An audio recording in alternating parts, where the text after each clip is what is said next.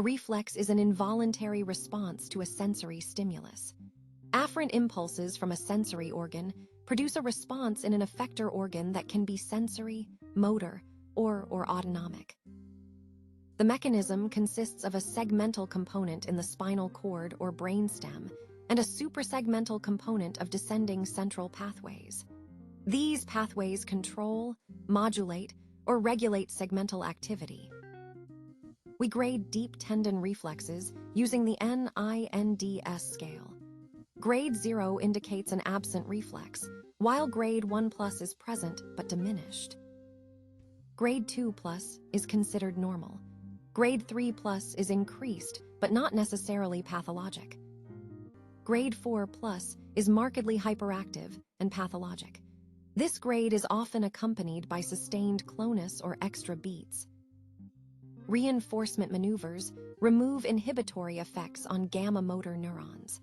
This process coactivates alpha and gamma motor neurons to elicit the stretch reflex. For the upper limbs, ask the patient to clench their teeth or their opposite fist.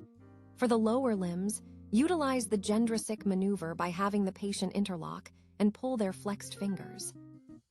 The biceps reflex tests root values C5 to C6 via the musculocutaneous nerve. Strike your forefinger placed over the biceps tendon in the antecubital fossa. The supinator or brachyradialis reflex also tests C5 to C6 through the radial nerve. Strike the lower end of the radius approximately 5 centimeters above the wrist. The triceps reflex assesses root values C7 to C8 via the radial nerve. Strike the triceps tendon 5 centimeters above the elbow while the arm lies loosely. The knee jerk tests the L3 to L4 root values through the femoral nerve. Tap the patellar tendon and observe for extension of the knee and quadriceps contraction. The ankle jerk evaluates the S1 to S2 root values via the medial popliteal nerve. Strike the Achilles tendon while maintaining slight dorsiflexion of the foot. Ankle clonus is demonstrated by quickly dorsiflexing the foot and maintaining slight pressure.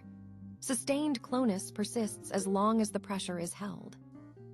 Superficial reflexes are polysynaptic and are characteristically abolished by pyramidal tract lesions.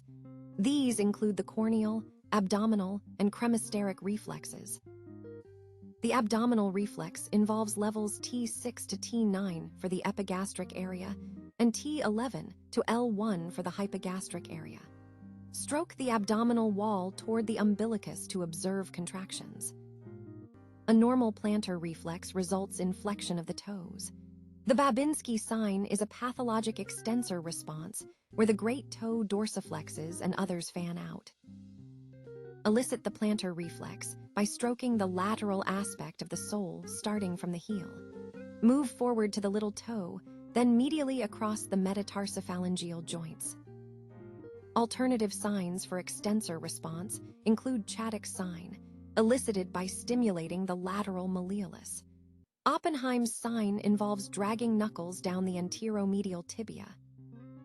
Latent reflexes like Hoffman's or Tromner's indicate upper motor neuron involvement. Flexing the middle finger produces a response in other fingers and thumb adduction. Primitive reflexes like the glabellar tap or pout reflex are often seen in cortical degenerative diseases. Persistent blinking during a glabellar tap is known as Meyerson's sign. Inverted reflexes occur when the expected contraction is replaced by an opposite movement. An inverted supinator reflex suggests a spinal cord lesion at C5 or C6. Systemic conditions can alter reflexes, such as Woltmann's sign of delayed relaxation in myxedema. Brisk reflexes may also be seen in hyperthyroidism, tetany, or anxiety. In conclusion, systematic reflex examination is essential for neuroanatomical localization. Accurate grading and identification of pathologic signs direct the diagnosis of pyramidal and segmental lesions.